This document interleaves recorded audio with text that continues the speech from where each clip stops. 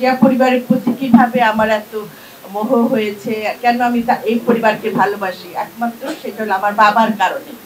জাতির মহান নেতা রাষ্ট্রপতি জিয়া রহমানের গভীরভাবে তাকে উপলব্ধি করা, তার কর্ম, তার আদর্শ, তার জীবন দর্শন নিয়ে চিন্তা করার একটি সুযোগ আজকে এখানে করে দেওয়া হয়েছে।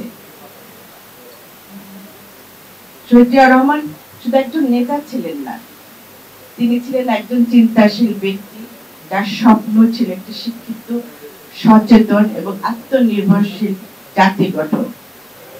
তার জীবন থেকে আমরা শিক্ষা গ্রহণ করি যে জ্ঞানী জাতিকে উন্নতির দিকে নিয়ে যায়।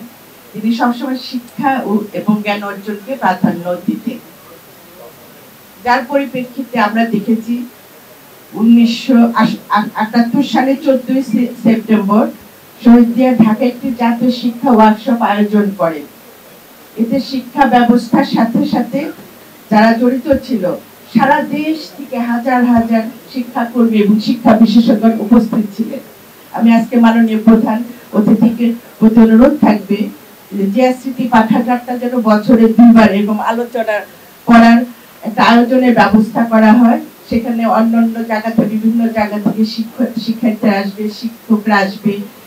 এই যে জিয়ার স্মৃতির যে বর্ণনাগুলো, সেগুলি আরো মানুষের কাছে চলে যাবে, নতুন প্রজন্ম আরো বেশি করে জানতে পারবে, তারা উৎসাহিত হবে। আমি আশা করি আগামীতে এরকম একটা অনুষ্ঠানের আয়োজন করবেন। আমি আজকে এখানে মাহাথির যে কথাটা বললো, সংস্কার কথা, এই যে সংস্কার বলে, আমি কিন্তু মাহাথির সাথে একমত।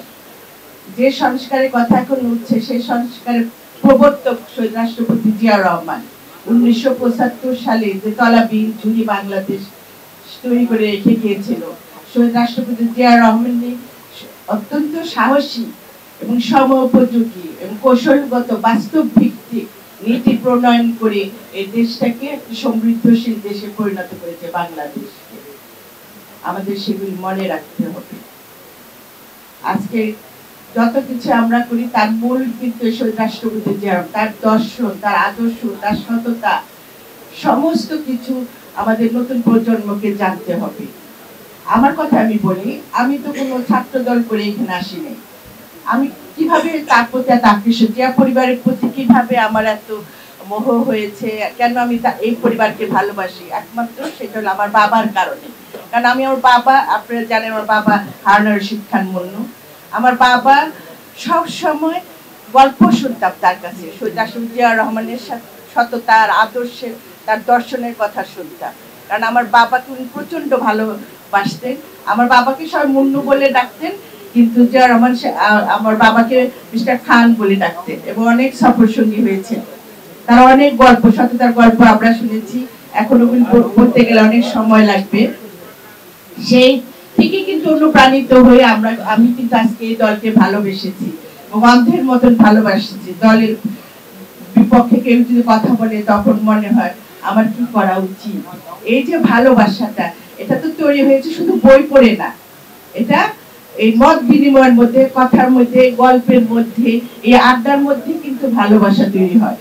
আমি মনে করি এরকম আড্ডা যত বেশি হবে, আমাদের নতুন প্রজন্ম বই পড়ার পাশাপাশি আরো বেশি উৎসাহিত হবে। কারণ কথা শোনার পরে সেই কথাটা হৃদয় বেশি নেওয়া হয়।